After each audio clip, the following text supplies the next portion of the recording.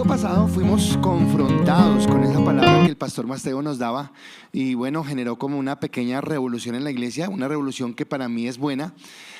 Sé que muchos llegaron a sus casas a comentar, bueno, y entonces esto cómo es, al fin sí, al fin no, la mujer sí, la mujer no, ¿qué se hace? Y obviamente llegó con muchas también como preguntas acerca de lo que estamos haciendo. Pero quiero reiterarme en algo que dije el domingo y que lo quiero repetir ahora, y es que sobre ese mensaje no hay nada más, no hay nada que quitar, no hay nada que añadir. Todo lo que tenía que decirse se dijo, y todo lo que se dijo conforme a la palabra. Y es más, vuelvo a repetir algo, y es que creo que ese mensaje está ligado a lo que hemos venido hablando con respecto a sacar a Babilonia del corazón. Y tal vez cuando mensajes como ese o como los que hemos predicado generan cierta reacción, generan cierta resistencia, generan cierto malestar también a veces, pues nos lleva a entender que sí, que tal vez estábamos viniendo a la iglesia pero muy acomodados con el pensamiento de Babilonia, con el pensamiento del mundo. Y tal vez creo que lo que Dios está haciendo es llevándonos a algo diferente. Creo que Dios nos ama. Y creo que nos ama de tal manera que nos está hablando una palabra que no es tan sencilla de digerir, que no es tan fácil, que de pronto no es para todo el mundo. Tal vez este mensaje o el mensaje que predicó el pastor Mateo en otro lugar no sea tan bien recibido, no genere cierta reacción. Pero Dios nos está amando y creo que ese es el contexto. Y también les decía que ese mensaje era el preámbulo de algo que quiero compartir el domingo. Pero en medio de eso, hoy quiero enseñar algo que creo que está en la misma línea, y la verdad tenía dos títulos y no supe cuál colocarle, entonces le dejé como el que para mí era más suave. Entonces el título que usted va a ver es "Y el diseño se echó a perder". El diseño se echó. Esperanza me mira como, y si ese es el suave, ¿cuál era el duro? Y el diseño se echó a perder. El título duro que tenía era "Lo terrible del pecado". Y yo quisiera que hoy pudiéramos reflexionar un poco sobre eso, sobre el pecado. Porque escuchamos la palabra pecado todo el tiempo. Hablamos de pecado. Y es más, a veces, y perdónenme la expresión, somos muy folclóricos. Ay, sí, pero Dios sabe, fue una mentalita pediosa. Ay, sí, Dios sabe, se me secó el mal genio, pero no importa. Ay, sí, critiqué, pero no importa. Y como que no somos conscientes de realmente lo que significa el pecado, de realmente los estragos que comete el pecado, que efectúa en nuestra vida, de cómo nos puede sacar del contexto de lo que Dios quiere. Ahora, algo que también me llama la atención es que en las últimas prédicas que hemos venido realizando, dando, todas las prédicas, más allá, más acá, en mayor medida, pero siempre nos llevan a los 3 primeros capítulos del Génesis. O sea, siempre nos llevan allá. ¿Y por qué nos llevan allá? Porque en esos capítulos está lo perfecto de Dios, lo que Dios quería, el propósito de Dios, y cómo lo echamos a perder, y cómo todo vino y se enredó. Y creo que es necesario entenderlo, así que hoy espero que podamos mirarlo desde esa manera.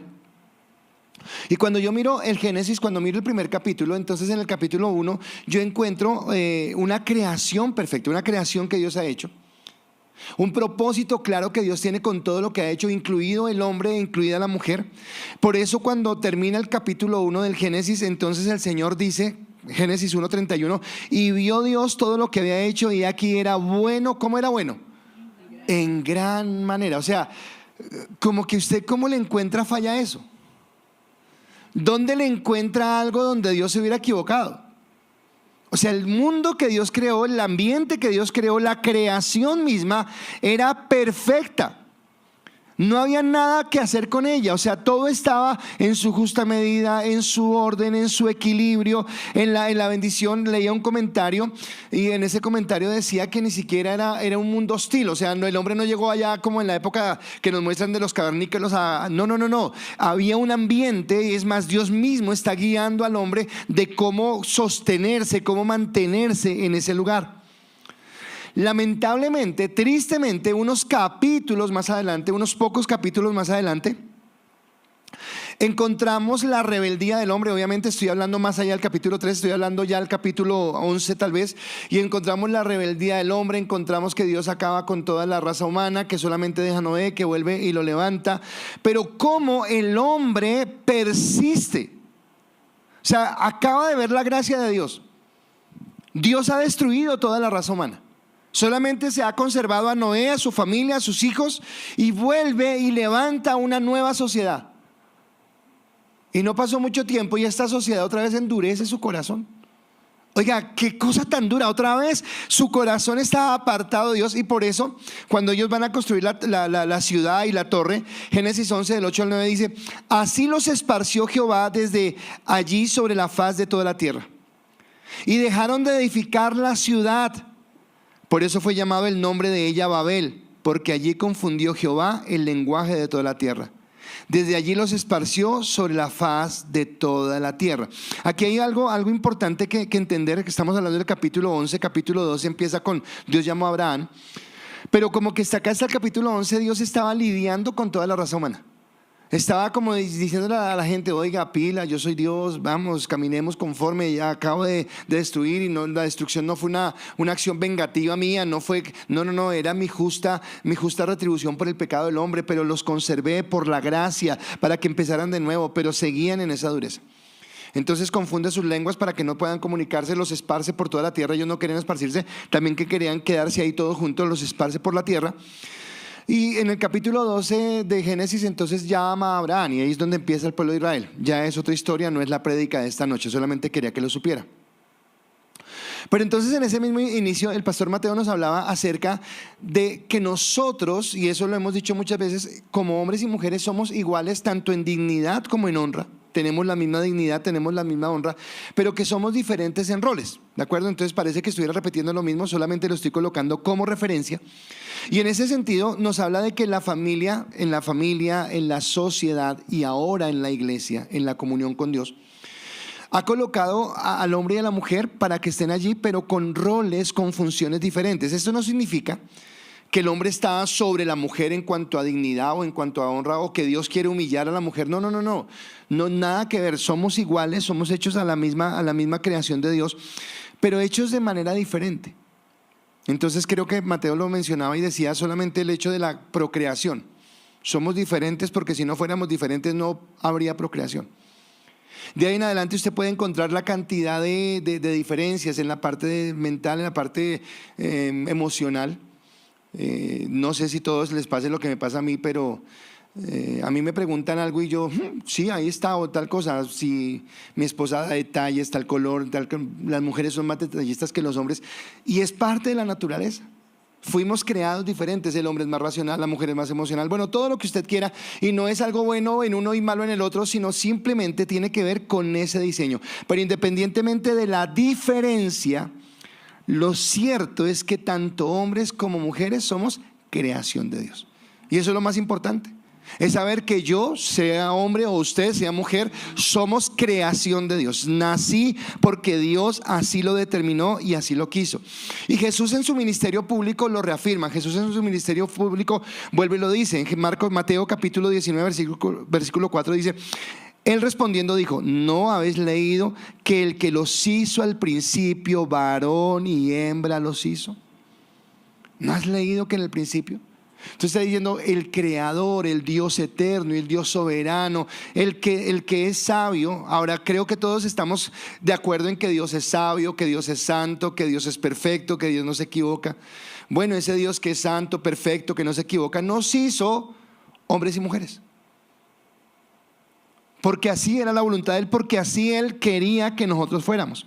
Ahora, ¿por qué empiezo con esto? Y no voy a hablar del hombre y la mujer otra vez, sino voy a hablar que si no entendemos la raíz del problema, si yo no entiendo todo, será muy difícil que aceptemos que tenemos que alinear nuestra palabra a Dios. Porque una prédica como la del domingo genera tanta polémica, porque yo no me quiero alinear, porque yo quiero, no, espere, a mí me han enseñado, yo he creído, me han dicho. Entonces entran los prejuicios, ¿verdad? Entonces, es que son machistas, es que no nos quieren. O el hombre entonces ejerce sí o yo, no sí o yo, y ahora haga caso y calladita acá la boca y no sé qué. Entonces, tanto unos como otros malinterpretamos el mensaje. Lo sacamos totalmente de contexto de acuerdo a mi propia beneficio, a lo que yo crea que es lo correcto, pero no entiendo realmente qué es lo que está diciendo. Así que en este contexto yo necesito entender la raíz del problema para poder alinear mi pensamiento con la palabra. O sea, si nosotros lográramos, si cada uno de nosotros lograra realmente decir un día, voy a vivir conforme a la palabra. Voy a hablar mucho de la ley acá, pero la palabra en el Salmo 119, si usted un día pudiera leer el Salmo 119, así sea por pedacitos, es muy largo, pero el Salmo 119 habla de la palabra, de cómo ella nos hace perfectos, cómo ella nos guía, cómo nos instruye, cómo nos enseña, cómo es lámpara a nuestros pies, cómo nos va mostrando el camino, cómo somos sabios en ella, cómo podemos entender, cómo podemos ser guiados, cómo podemos dejar de meternos en problemas. O sea, la palabra es lo que tiene todo. El problema es que nosotros tenemos de todo menos la palabra. Estamos muy llenos de pensamiento del mundo, estamos muy llenos de argumentos del mundo. Por eso entonces cuando escuchamos una prédica que nos confronta como que, espere, pero no, pero yo pienso, pero yo creo, pero a mí me parece, pero... Y no vamos pero ¿qué es lo que dice la palabra? ¿Y en dónde se inició el problema? Entonces yo necesito alinearme a la palabra. Y entonces hoy voy a tomar los 3 primeros capítulos del Génesis, pero no voy a tomarlos todos obviamente, sino voy a tomar una parte del capítulo 1, una parte del capítulo 2 y una parte del capítulo 3. Y espero que Dios nos hable en este sentido, porque yo quiero que entendamos hoy la gravedad del pecado. Realmente lo terrible que es el pecado. Y el pecado no solamente es terrible en la gente que está en el mundo y se condena porque no ha conocido a Cristo. No, algo que olvidamos es que el pecado sigue en nosotros. Sí, fuimos redimidos por la sangre del Cordero, pero hay una dualidad en nosotros. Está mi naturaleza espiritual por el Espíritu Santo que me quiere llevar a las cosas santas, pero hay una naturaleza pecaminosa que me inclina. Cuando usted lee Romanos capítulo 7 dice, oiga, no entiendo porque yo quiero hacer las cosas bien, yo quiero portarme bien, yo quiero servir a Dios, yo quiero agradarlo. Ay, pero hay otra ley en donde, en mis miembros. Hay otra ley que me impide, y esa lucha constante la tenemos. El problema es que nosotros nos acomodamos y terminamos la lucha simplemente con actitudes religiosas. Voy a la iglesia el domingo, estoy bien con Dios, pero del resto vivo conforme a mis deseos de los miembros. Después vuelvo al Señor y como que lidiamos, como que conciliamos, pero no entendemos realmente lo que significa la palabra santidad. ¿Y por qué es importante la santidad? Porque claro, la santidad me acerca a Dios. Sin santidad nadie verá a Dios. Pero la santidad es lo que me permite a mí mantenerme firme.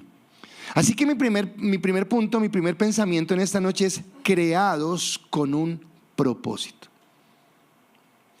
No están las citas, pero yo volvería a Efesios capítulo 1, donde dice que Él nos escogió desde antes de la fundación del mundo. Que yo soy producto de un propósito de Dios. Así que acá yo quiero decirle que Dios no está jugando a los dados. Cuando hablábamos hace 8 días acerca de la eutanasia y hablábamos acerca de la bioética y todo esto, estábamos diciendo, no, espere, el mundo quiere ser Dios, quiere cambiar el género, que si Dios quería que fuera niño, entonces genéticamente lo cambiamos para que sea niña. Que si iba a nacer con los ojos verdes, yo quiero que nazca con los ojos azules. Y jugamos a ser Dios y jugamos a los dados y no sabemos que estamos jugando con cosas que son sagradas, porque la vida viene como milagro de Dios. Es un propósito de Dios. Así que Él no jugó a los dados con nosotros, sino somos exactamente lo que Dios quería que fuéramos, y eso es motivo suficiente para agradar a Dios. Así que si Dios quiso que yo fuera hombre, fue porque fue la voluntad de Dios. Y si Dios quiso que usted fuera mujer, fue porque fue la voluntad de Dios. Y si Dios quiso que el color de su cabello, que el color de sus ojos, que la textura de su piel, que el tamaño de su estatura, que la parte de su cuerpo fuera así, es porque Dios lo decidió así. Y Dios me hizo así porque no había algo mejor que podría hacer conmigo sino esto, y así es como yo sirvo a Dios. Una de las mayores dificultades que tenemos es estar mirando lo que otros tienen y querer, ay, yo por qué no seré como, por qué no hice tal, por qué no aprenderé, porque no era lo que Dios quería. Conoce lo que Dios tenía para ti, agradece lo que Dios tenía para ti y sirve a Dios, glorifica a Dios como Dios quería que fueras. Entonces en Génesis 1, capítulo 1, versículo 26 al 28 nos dice la palabra: entonces dijo Dios, hagamos al hombre a nuestra imagen conforme a nuestra semejanza. Y señoree, gobierne, administre, esté por encima de los peces del mar, en las aves de los cielos, en las bestias de toda la tierra y en todo animal que se arrastra sobre la tierra. Y creó Dios, perdón, al hombre a su imagen, a imagen de Dios lo creó, varón y hembra los creó. Y los bendijo Dios y les dijo: fructificad, multiplicaos, llenad la tierra y sojuzgadla, y señoread en los peces del mar, en las aves de los cielos y en todas las bestias que se mueven sobre la tierra. Así que los seres humanos, hombres y mujeres, ocupamos un lugar singular en la creación. O sea, el llamado que Dios nos ha dado es un llamado singular, es un llamado específico. Hay algo que Dios tiene con nosotros. Y lo que Dios tiene con nosotros es que es la pequeña detalle que nosotros somos los representantes del gobierno de Dios. Eso es lo que significa ser humano. El hombre fue colocado en la tierra para que el hombre fuera el representante del gobierno de Dios sobre la tierra. Así que eso nos coloca por encima de.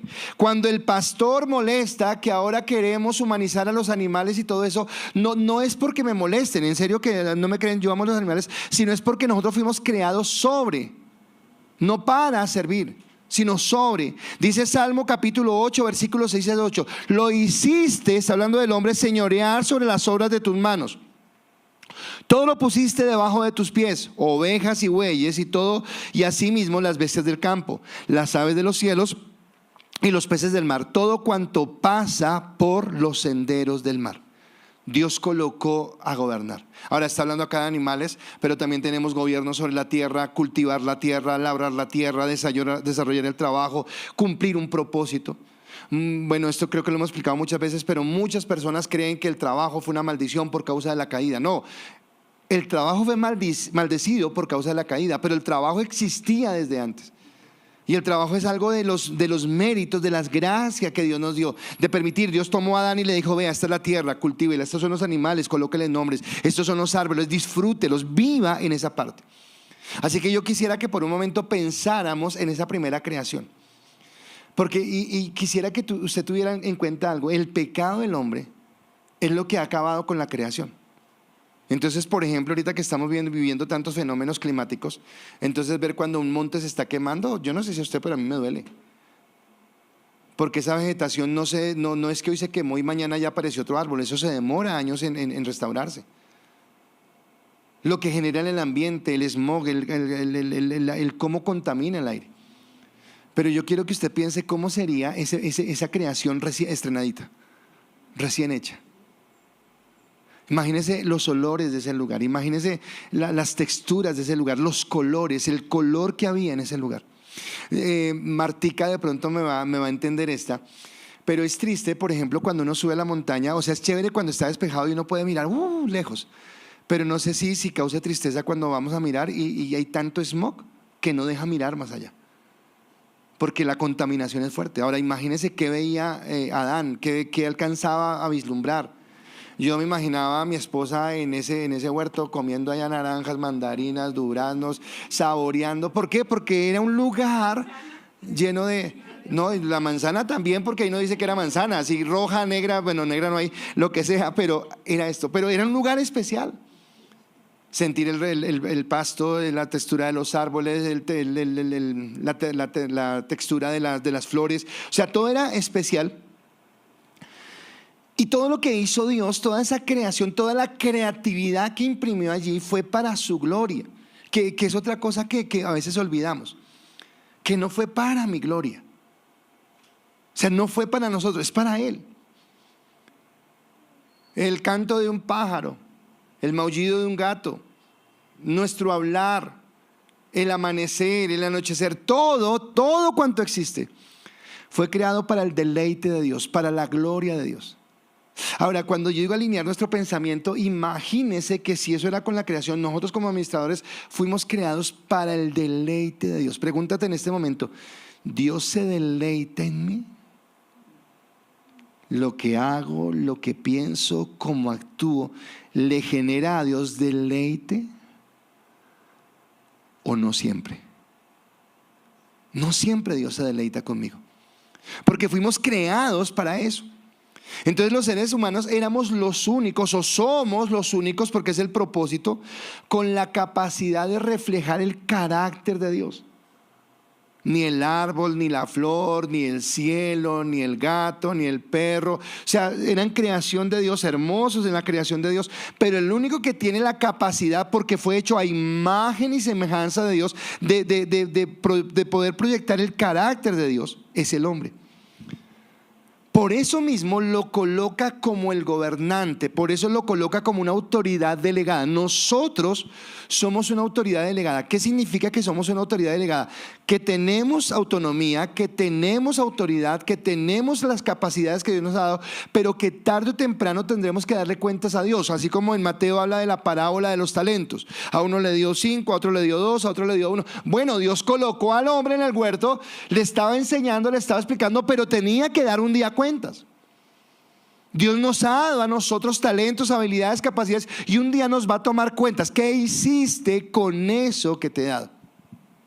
Ahora, no somos dioses. No nos hagamos ilusiones malas porque no somos dioses.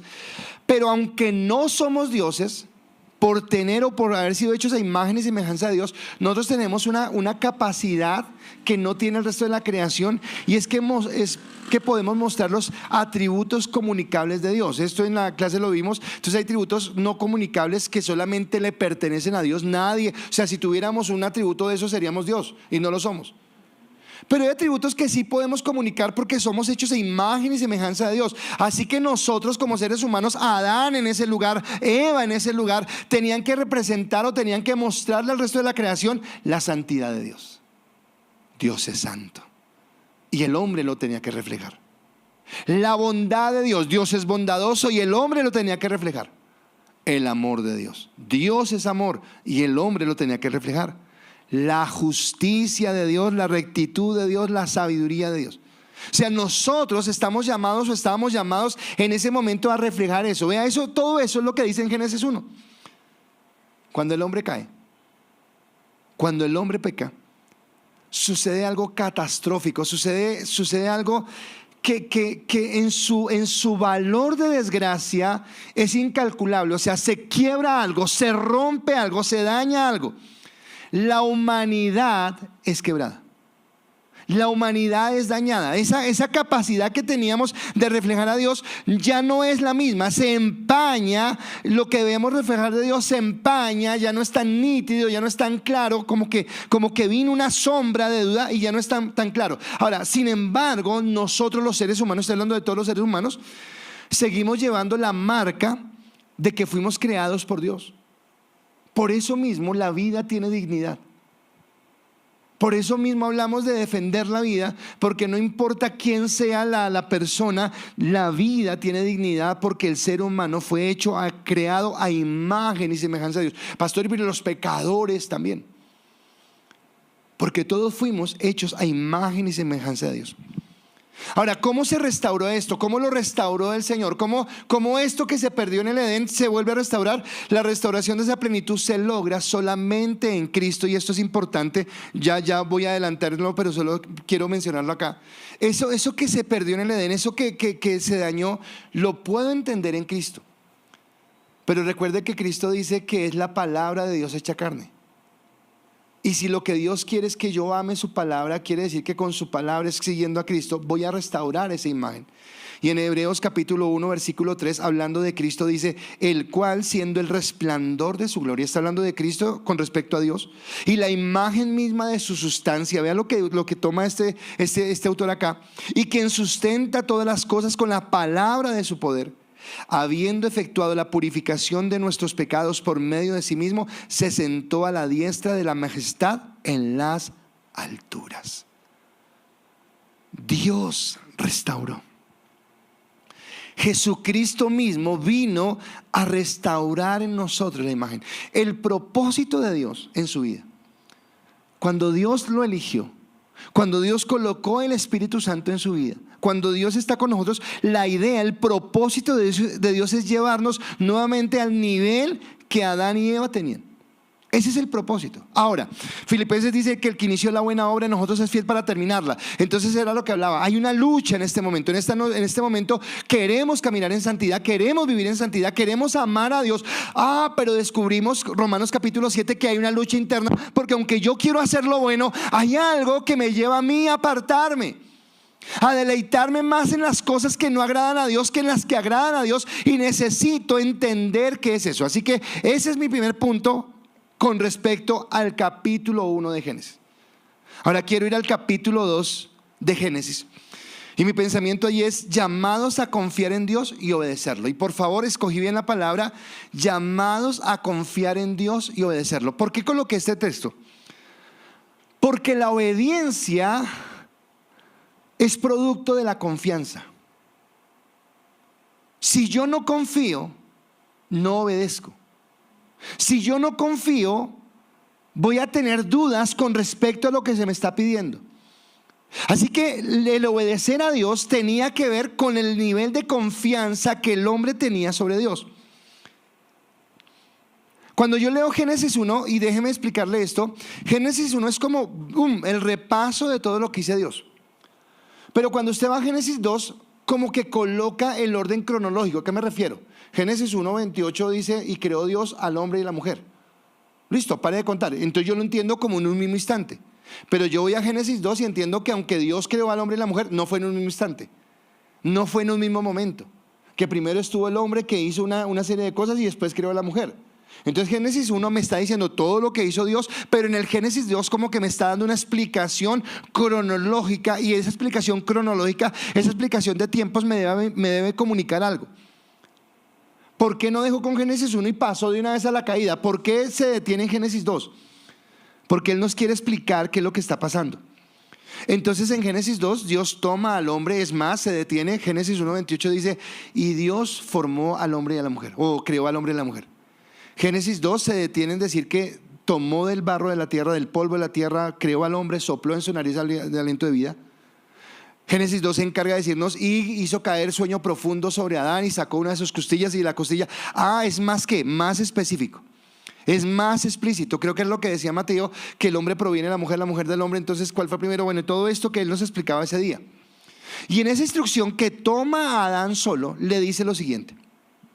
Génesis 2, capítulo 15, versículo 15 al 17 dice: tomó pues Jehová Dios al hombre y lo puso en el huerto del Edén, para que lo labrase y lo guardase. Y mandó Jehová Dios al hombre diciendo: de todo árbol del huerto podéis comer, mas del árbol de la ciencia del bien y del mal no comerás de él, porque el día que comieres ciertamente morirás. Y acá me llama la atención y quiero que me lo entienda, porque voy a empezar a desarrollar una idea. Y es que la primera relación de Dios con el hombre es un pacto de obras. Es un pacto de obras.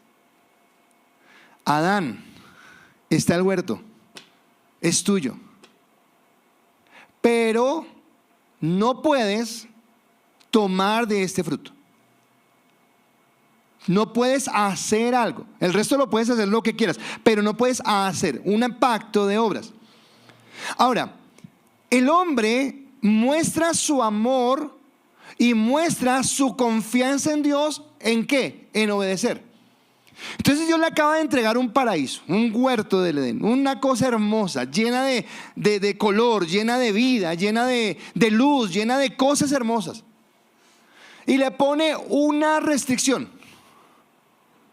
Le dice: quiero probar tu amor a través de tu obediencia.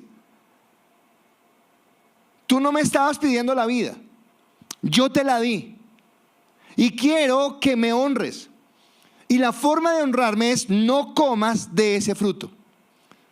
Así que la relación que tiene Dios con el hombre es una relación moral. La capacidad de sostenerse en la palabra que Dios le ha dicho. La capacidad de obedecer. ¿Y por qué voy a obedecer? Porque confío en el que me ha colocado en este lugar. Puedo a ojos cerrados saber que ese Dios tiene lo mejor para mí. Escúcheme lo que le acabo de decir. Usted en este momento, a ojo cerrado, ¿puede creer que Dios tiene lo mejor para usted? O tal vez en ese pensamiento de Babilonia muchas veces resultamos ayudándole a Dios.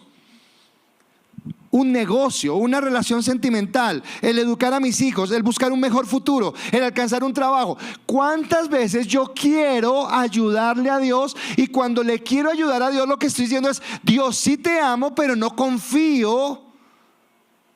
Ay, pastor, no se meta en eso. ¿Usted cómo va a saber que yo no confío en Dios?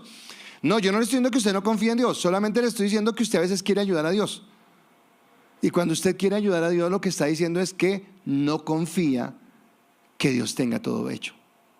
No confía que Dios tenga todo preparado. O porque usted cree que como usted lo piensa es mejor, como usted lo hace es mejor. Y nos colocamos por encima del Creador. Nos colocamos por encima del que tiene todo bajo su control. Así que su relación, que es de carácter moral, debe obedecer. El hombre tiene que obedecer. Y es más, con todo lo que le acaba de entregar, con ese huerto, con ese lugar tan maravilloso, ni siquiera tiene que haber una condición. O sea, te obedezco y no tendría que haber condición. Simplemente Él es Dios, yo soy parte de su creación, Dios mandó, yo obedezco. ¿Y que haya cambio? No hay nada. ¿Cuál es el pensamiento de la iglesia hoy en día? No es: Señor, yo te obedezco y, Señor, yo soy juicioso y, Señor, yo soy santo y. No, sin el y. Yo te obedezco, Dios. Yo decido confiar. Como confío, decido ceñirme a tu palabra y creo que tú tienes lo mejor para mí. Así que tomo mi Biblia todos los días y voy sacando un mapa, una ruta de guía conforme a lo que tú quieres de mi vida. Pero dejo mis pensamientos, dejo mis sentimientos, dejo mis emociones. Ahora, esto suena tan bonito. Ay, el problema es hacerlo, porque suena chévere. Ahora, le digo por qué no podemos hacerlo. Porque acá nuevamente entra Babilonia. Porque nosotros creemos o confiamos más en nuestras propias capacidades que en el Espíritu Santo que mora en nosotros. Entonces el Espíritu Santo es como un huésped silencioso en nosotros. Y es silencioso no porque Él se quede callado, sino porque de pronto ya nosotros lo hemos callado tantas veces que Él dice: ok, ni para qué digo algo si tú estás tomando decisiones. Entonces, en las decisiones que tomamos cotidianamente en nuestra vida, en las decisiones importantes de nuestra vida, o en las decisiones cotidianas, ¿cuántas veces contamos con el Espíritu Santo? Tú, Espíritu Santo, ¿qué piensas sobre esto? ¿Qué crees sobre esto? Pastor, eso suena muy religioso. No, religioso es tener ritos, tener dogmas, tener un montón de cosas. Contar con el Espíritu Santo, o sea, si usted tiene a Dios. Ahora, el problema es que si usted no tiene una relación con Él, si usted no tiene una comunión con Él, es muy complicado. Así que en el pacto que Dios hace, como es un pacto de Dios, y Dios en sus atributos es perfecto, es santo, es inmutable, es un Dios que no cambia, es un Dios que ha existido siempre, que todo lo entiende, es omnisciente, omnipotente, poderoso. Quiere decir que lo que Él exige a ese compromiso que Él me pide es una obediencia total y perfecta a su gobierno. Dios quería que la obediencia del hombre fuera total y perfecta. Pero no era tan complicado tener una obediencia total y perfecta, era no comer. O sea, no había complique. No hay algo misterioso en el árbol, simplemente era no comer. Y eso era una obediencia total y perfecta. Ahora, imagínense que fue algo sencillo. ¿Qué pasaría si hubiera puesto algo más complicado? Tal vez nosotros tendríamos la excusa de decir: ay no, Dios, pero es que vea lo que nos puso a hacer. Pero no, era algo sencillo. No coman de este árbol. Tienen el resto de árboles. Disfruten de todo. Este no. ¿Por qué? Porque yo lo digo. Porque soy Dios. Porque estoy probando. Ahora Él nos dijo así, pero estoy probando el corazón. Ahora, aunque no era necesario la recompensa, ya lo dije, pero Dios sí da una recompensa. Y la recompensa que da es: y si ustedes cumplen, si ustedes obedecen, van a tener vida eterna. ¿Sabe qué me lleva a mí a entender esto? El carácter de Dios y el carácter de Dios como un padre, que aunque Él no necesitaría bendecirnos por la obediencia, Él se agrada de nuestra obediencia, y la obediencia a Dios trae bendición. La obediencia a Dios trae restitución. La obediencia a Dios trae beneficios sobre nuestra vida. Así que el resultado en ese sentido era la vida eterna. Pero espere, si hay una retribución, también tiene que haber un castigo. Entonces, si Dios va a retribuir en vida eterna el obedecerlo, pues el desobedecerlo también va a tener una consecuencia. Y escúcheme acá, porque la consecuencia va a ser la muerte, y la muerte es la separación de Dios. Algunos autores dicen que si Adán y Eva no murieron inmediatamente, físicamente hablando, en ese instante, fue por la misericordia de Dios. Pero la muerte física, hace parte de la maldición por el pecado. Pero aunque Adán y Eva no murieron físicamente en ese instante, lo que sí hubo fue una ruptura de la comunión de ellos con Dios. Se rompió esa comunión. Ahora, algo que aunque la gente sepa o no sepa, es que como nosotros los cristianos somos hermanos en Cristo. Pero nosotros, todos los habitantes de la tierra, somos creación de Dios. ¿Está de acuerdo con eso? Todos los seres humanos, todo el ser humano que haya en cualquier rincón del globo terráqueo es creación de Dios. Entonces, sepa la gente o no lo sepa, todos estamos bajo el mismo pacto de obras. Si obedeces, tienes bendición. Si no obedeces, vas a tener maldición. El problema de este pacto de obras, de este pacto, es que es necesario cumplirlo perfecta y totalmente, porque si infringo solamente uno, si desobedezco solamente en uno, me hago culpable de todo.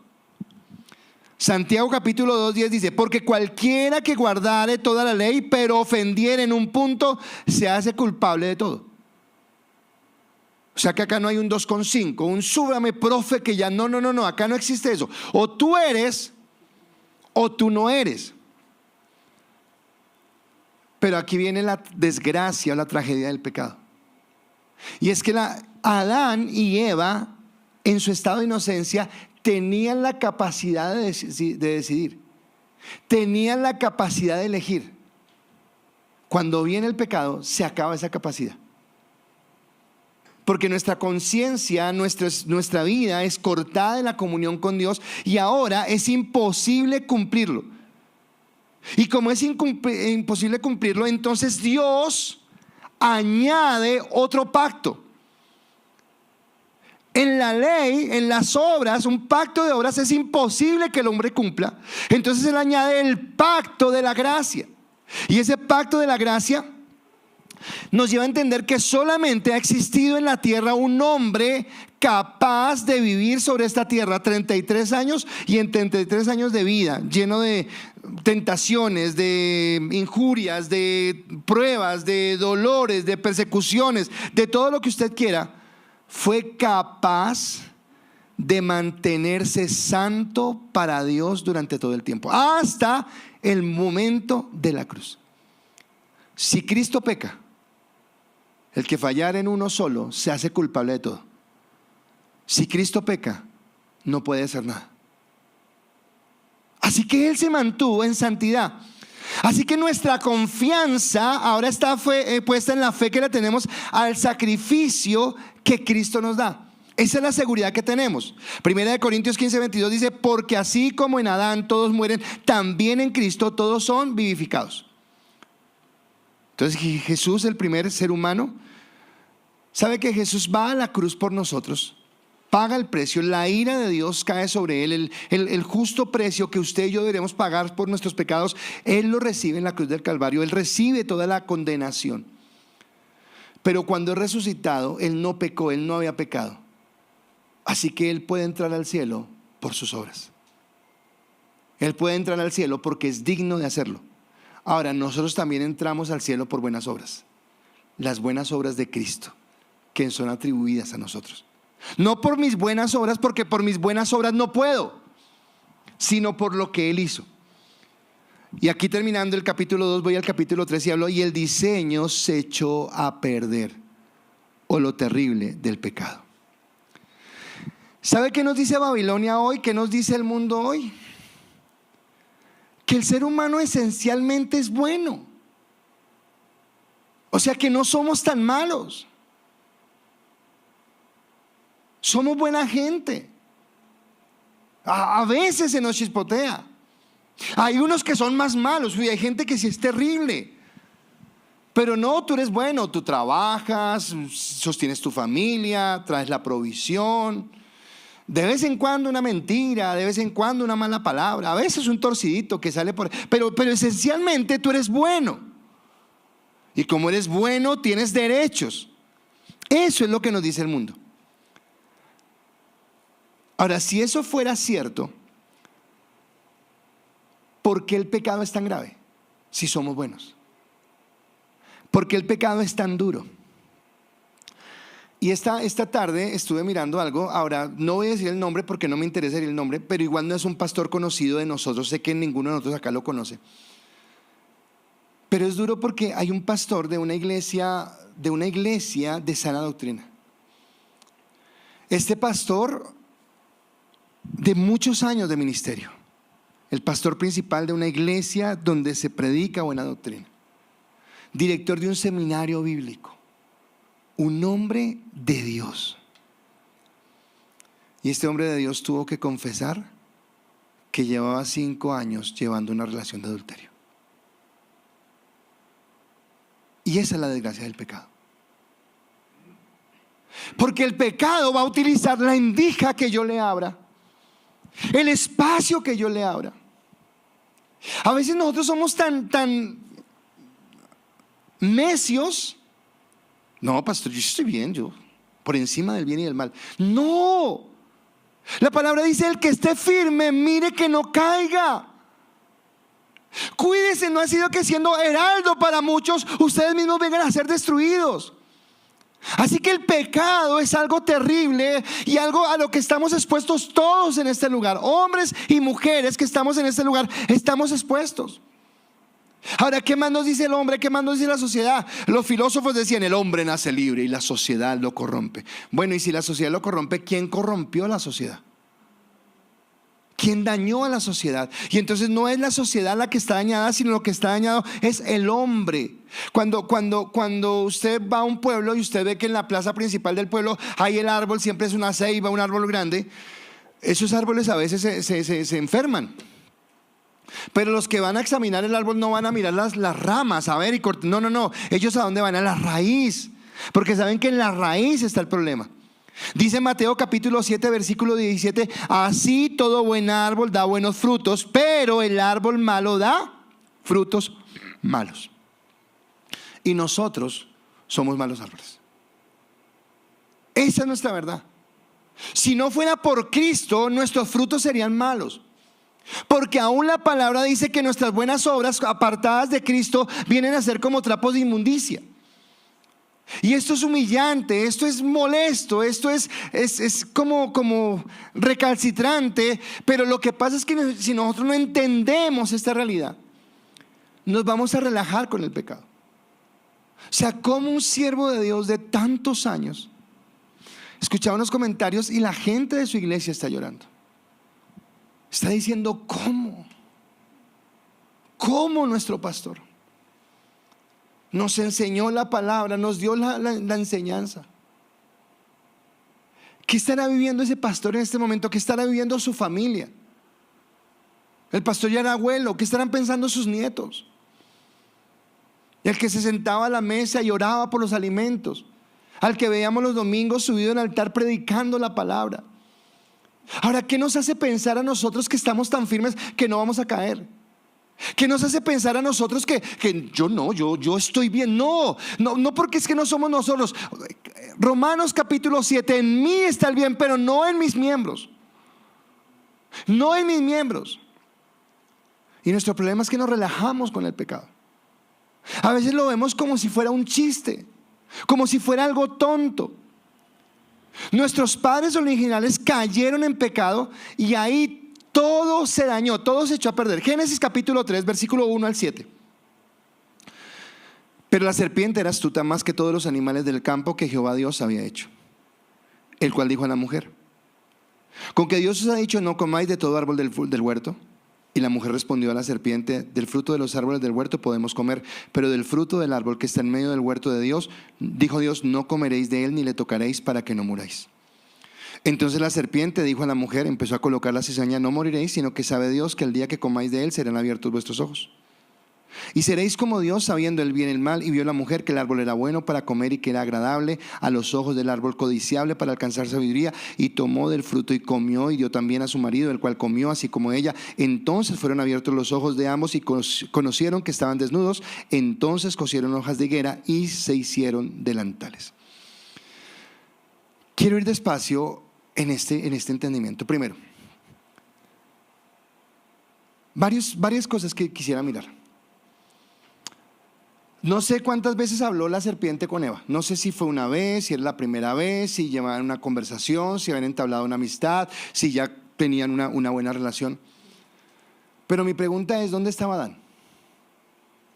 En primer lugar, el hombre de la casa, el que no es machista, sino que el que entiende que tiene que guardar, que tiene que cuidar su familia, ¿en dónde estaba él? ¿Por qué permitió que se entablara esta relación? ¿Por qué permitió que hubiera esta comunicación? En segundo lugar, dice en el Nuevo Testamento que la mujer fue engañada, es lo que dice la palabra. Pero ¿por qué fue engañada? Y acá me impacta esto, porque ¿con quién está hablando la mujer? Con Satanás. Sí, ok. Pero siempre lo decimos así, pero no lo entendemos en este contexto. ¿Quién es Satanás? Aquel que acaba de caer de la gloria de Dios. Porque su corazón se ensoberbeció y dijo: ¿por qué yo no puedo estar sentado o estar a la altura de Dios? Y dice que por eso Dios lo expulsa del lugar de gloria y lo arroja. Ahora, con este personaje que Juan determina como el padre de mentira, que cuando habla de mentira del suyo habla, está hablando Eva. Una mujer que es inocente y que no le coloca malicia a las cosas, que empieza a creer todo lo que esta serpiente le está diciendo, y que empieza a maquinar en su cabeza, y que además de que el esposo no está cumpliendo la misión de ser cobertura, esta mujer, no sé si habla con su esposo y le dice: oiga, mira que cuando tú te vas a trabajar hay una serpiente que viene a hablar conmigo y me ha dicho, no sé si hizo eso. Pero en esa conversación, con palabras, empieza a bajar su guardia. Empieza a bajar el amor por Dios.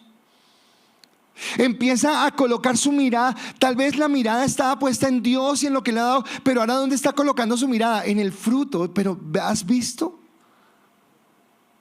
¿Has entendido lo que Dios? Y entonces recuerdan Romanos capítulo 7, que nosotros queremos hacer el bien, pero está en nuestros miembros. El domingo escuchaba una prédica de Miguel Núñez y hablaba de este texto, y decía Miguel Núñez: ¿ustedes se imaginan donde Eva hubiera sido ciega? No hay problema, porque ella no ve el fruto.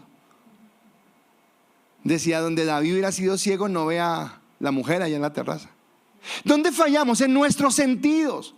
Porque dejamos nuestra espiritualidad y permitimos que nuestros sentidos, mis ojos, mi paladar, mi tacto, sea lo que empiece a gobernar. Dígame, este pastor que cayó. No, yo estaba acá y vino esta mujer y caí. No. Tal vez hubo palabras, tal vez hubo cambio de miradas, tal vez hubo un momento a solas donde intercambiaron palabras, y poco a poco se fue alimentando. Y poco a poco, aunque este señor seguramente quería hacer lo bueno, resultó haciendo lo malo por sus sentidos. Dice la palabra, de mí esto siempre me ha impresionado, porque dice: y vio la mujer, vio que el árbol era bueno para comer, que era agradable a los ojos, árbol codiciable para alcanzar sabiduría, y tomó de su fruto. Dígame, ¿dónde quedó Dios ahí? No, ya no hubo Dios. ¿Por qué no hubo Dios? Porque ya sus sentidos, sus emociones fueron cautivadas. No en vano la palabra dice: de toda cosa guardada, guarda tu corazón, porque de él mana la vida. Así que esta mujer, cuando ve el fruto, no solamente desconoce a Dios, sino olvida su cobertura. Él ya no está pensando en su cobertura. Él no está diciendo, esposo mío, mira que me están diciendo, ¿tú qué crees? No, no, no. Ella dijo, hagámosle. Hagámosle. ¿En quién está confiando más? ¿En la serpiente o en Dios? ¿En quién está confiando? Y entonces ¿a quién obedece? A quien confía. Entonces la engañó, la engatusó de tal manera que la llevó a esto. Ahora, cuando llega el hombre, en lugar de ejercer su autoridad como sacerdote, en lugar de ser la cabeza de esta mujer, en lugar de detenerle y decirle, mujer, ¿qué estás haciendo? ¿Qué te pasa? Dios nos dijo, no, él dijo, bueno, si tú decidiste, si a ti te parece bien, a mí también. Que tal vez era lo que hablaba Mateo el domingo con respecto al lugar que tiene el hombre y al lugar que tiene la esposa, en ese diseño que Dios nos dio. Pero la mujer con ganas de usurpar el lugar y el hombre con ganas de dejarlo, de no hacer las cosas como Dios quiere. Entonces acá vino la caída, pero la caída no es simplemente una lección lógica. Sí, comieron del fruto y fallaron y no. Yo quisiera acá que nosotros recibiéramos la revelación divina. En serio que lo digo por mí, no lo decía, no, yo soy santo. No, lo digo por mí, empezando por mí. Pero lo digo por todas las experiencias que he visto. Y es que cuando tú dejas comprometer tu corazón, empiezas a perder. O sea, no es sino que tú dejes comprometer tu corazón. No es sino que tú hables esa endejita. Mira, con el que habla contigo es el padre de mentira. Es el padre del engaño. Es el padre de envolverte. Es el mejor timador que existe. Y si tú comprometiste tu corazón, perdiste. Pero no solamente perdiste tú, perdió tu familia, perdió tu iglesia, perdió todo el mundo. Yo esta tarde veíamos con mi esposa la gente llorando, pero es nuestro pastor. También duro saber que hay otros que se levantan a decir, yo sí sabía. Y qué duro, o sea, no sé si es más duro ver el dolor de la gente que engañé o ver la satisfacción y la sedicia de otros diciendo, uy, sí, pecó, malo. Porque el diablo así le paga a quien bien lo sirve. El pecado no genera sino humillación, dolor, tristeza, angustia, derrota, desgracia, ruina. Si yo no entiendo eso, va a ser muy complicado que yo alinee mi pensamiento a la palabra y entienda que confío en Dios y que lo que Él estableció es lo mejor, no lo que yo piense, no lo que yo crea en un momento determinado. No es simplemente el pecado original, es lo que originó ese pecado, es lo que generó ese pecado. El diseño se echó a perder, se dañó. Ahora, aunque nos duela reconocerlo, somos una raza corrompida por el pecado.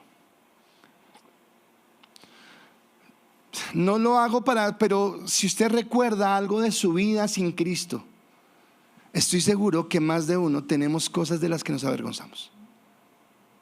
Tenemos cosas donde dijimos, pero yo cómo pude haber caído tan bajo, cómo pude haber hecho eso. ¿Por qué? Porque esa es la naturaleza nuestra.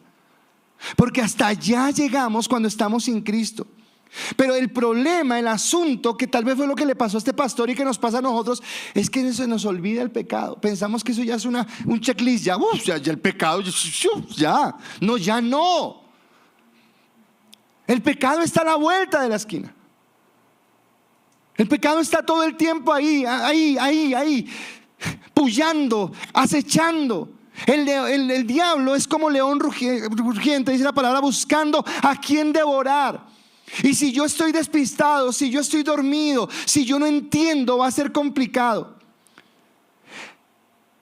La declaración de Westminster, les explico qué es la declaración de Westminster. Es la declaración de fe de la Iglesia Bautista. Esto es de muchos años. Hablando de este tema, dice lo siguiente: nuestros primeros padres, creo que va a aparecer en la pantalla, seducidos por la sutileza y tentación de Satanás, pecaron al comer del fruto prohibido. Dios, según su sabio y santo consejo, quiso permitirles este pecado proponiéndose ordenarlo para su propia gloria. Está hablando de Cristo, está hablando de lo que le iba a hacer. Pero lo que dice es que Dios sabía. Ahora, el fruto prohibido. ¿Cuál es tu fruto prohibido? ¿Qué es en eso que en este momento te estás deleitando y que tú sabes que te está apartando de Dios? Ahora, ¿y por qué es tan complicado? Es sencillo saberlo. Porque tu carne te dice no, porque tal vez tu espíritu te dice no vayamos a ese lugar, no hablemos con esa persona, no hagamos esto. Pero tu carne te dice sí, ¿qué tiene de malo? ¿Por qué? ¿Pero qué tiene de malo? Igual tú sabes controlarte, tú sabes manejarlo. Maldito el hombre que confía en el hombre. Y el primer hombre que desconfío es de mí. Y más cuando he sido seducido, más cuando he sido atraído, más cuando estoy llevado para algo. Así que las consecuencias del pecado van mucho más allá de Adán y Eva. Sí, claro, es la afectación de la raza humana. Toda la raza humana queda viciada por el pecado, dañada por el pecado. No tenemos la forma de restituirlo, no tenemos la forma de acercarnos a Dios, no tenemos la forma de cumplir la obra de Dios. Pero además somos diezmados en nuestra capacidad, somos diezmados en nuestra forma y ahora somos confundidos. Si yo no coloco la palabra como la guía de mi vida, si yo no entiendo que la palabra es lo que me va a guiar en mis negocios, lo que me va a guiar en mi familia, lo que me va a guiar en la sociedad, lo que me va a guiar en la iglesia, lo que me va a guiar en mis relaciones sentimentales, si yo no entiendo qué es la palabra, si yo no entiendo lo que la palabra me dice, va a ser complicado. Así que afectó nuestra vida. Y otra vez quiero hablar de la confesión de Westminster, y ahora hablando cómo él pronuncia o cómo se refiere a la caída. Y dice: por este pecado cayeron de su rectitud moral y de su comunión con Dios. Está hablando de Adán y Eva. Y de esta manera quedaron muertos en el pecado y totalmente contaminados en todas las partes y dificultades del alma y del cuerpo, siendo ellos, Adán y Eva, la raíz de toda la humanidad. La culpa de este pecado fue imputada y la misma muerte en pecado y naturaleza corrompida fueron transmitidos a toda la posteridad que desciende de ellos por generación ordinaria. De esta corrupción original, por la cual estamos totalmente impedidos, inhabilitados y opuestos a todo bien y completamente inclinados a todo mal, proceden todas las demás transgresiones. ¿Qué está diciendo? Que somos malos, que mi inclinación es la maldad, que por eso desde que nacemos tenemos un corazón egoísta, rencoroso, orgulloso, manipulador. Ahora esto nos lleva a hacer la declaración que hemos hecho muchas veces acá: no somos pecadores porque pecamos, pecamos porque nuestra naturaleza es pecaminosa. Entonces, los momentos donde usted hace las cosas bien, los momentos donde usted camina conforme a la obra de Dios, conforme a lo que el Espíritu Santo le guía, en ese momento usted puede decir: estoy siendo guiado por Dios y por su palabra. Pero cada acción de su carne, aunque sea buena, si es de su carne, es mala. Porque Él conoce las intenciones de nuestro corazón, porque Él sabe que hay en nuestra vida. O sea que es complicado. O sea, si yo no soy consciente de que hay un pecado en mi vida, y entonces ese pecado hace que yo argumente. Entonces vuelvo a la predicación del domingo, y predicaciones como la del domingo hace que yo argumente desde mis emociones, desde mis sentimientos. ¿Cómo así que sujetarme? ¿Cómo así que no puedo tal cosa? ¿Cómo así que tengo que hacer caso? ¿Cómo así? ¿Y dónde viene esto? Viene de mis sentimientos, donde yo no acepto algo que la palabra dice, porque no estoy dispuesto o dispuesta a someterme. Salmo 51:5 dice: he aquí en maldad fui formado y en pecado me concibió mi madre. Esa es nuestra naturaleza. Entonces déjeme resumir para terminar. El plan original era perfecto, pero ese plan perfecto debería ser puesto a prueba. Y la prueba era una obra: obedecer. No era algo terrible, no era algo inalcanzable, era algo sencillo. Se trataba solamente de confiar en Dios, y por confiar en Dios, obedecer a Dios. Pero vino alguien y dañó esa confianza en Dios y colocó la confianza en un tercero malvado, un tercero que viene a corromper. Desafortunadamente, primero Eva, saliendo de la cobertura de su esposo, siendo autónoma, queriendo tomar decisiones por fuera. Ahora, ¿por qué tenía que consultar con Adán? ¿Por qué? Pues porque Adán era su cabeza, porque Adán era con quien Dios había hablado, porque Adán conocía las pautas y lo que Dios había dicho. Así que primero Eva y después Adán, cuando cede, no confiaron en Dios y por no confiar en Dios desobedecieron. Porque cuando ellos comieron del fruto no fue solamente porque se ve agradable, no solamente porque fue bueno, uy, se ve como chévere. Fue porque en el engaño dijeron, se están perdiendo de algo maravilloso.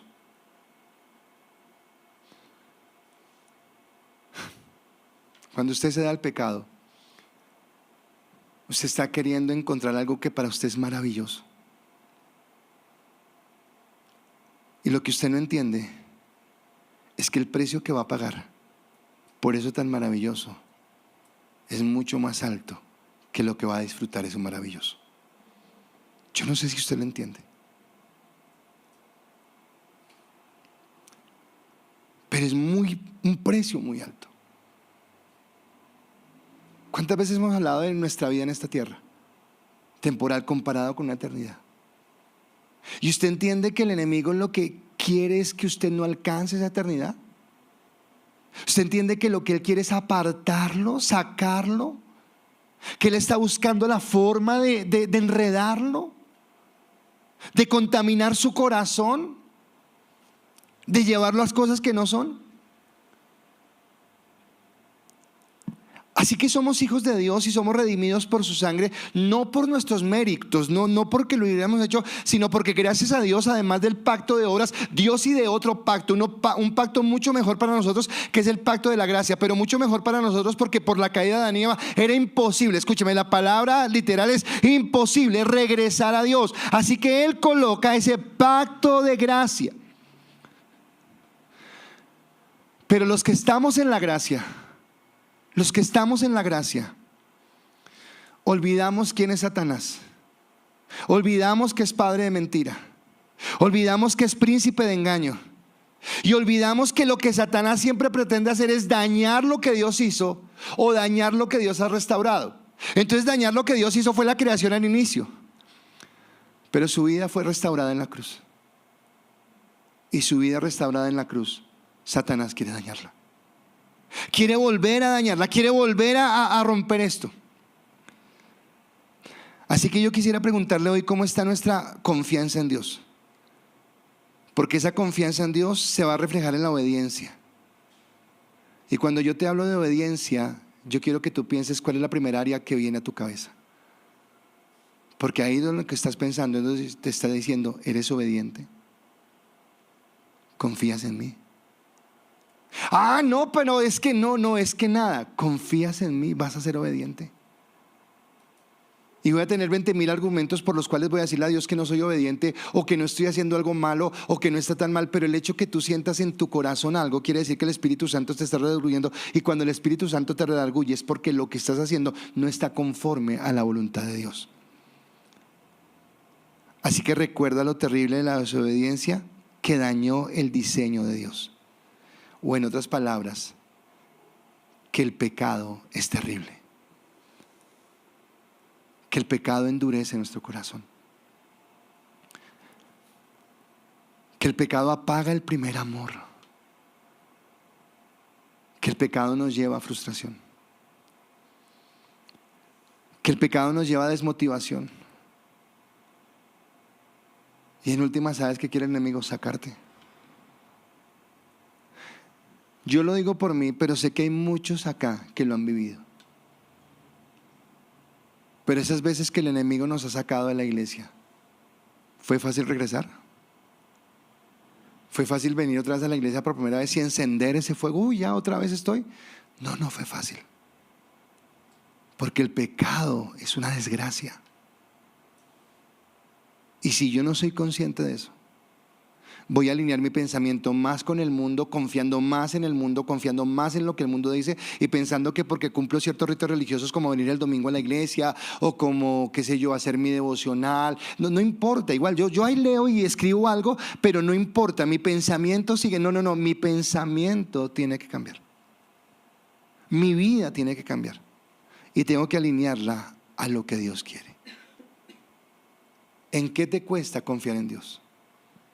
¿Qué no le has entregado a Dios que hoy tal vez te aleje y te lleve a obedecer más al mundo que obedecer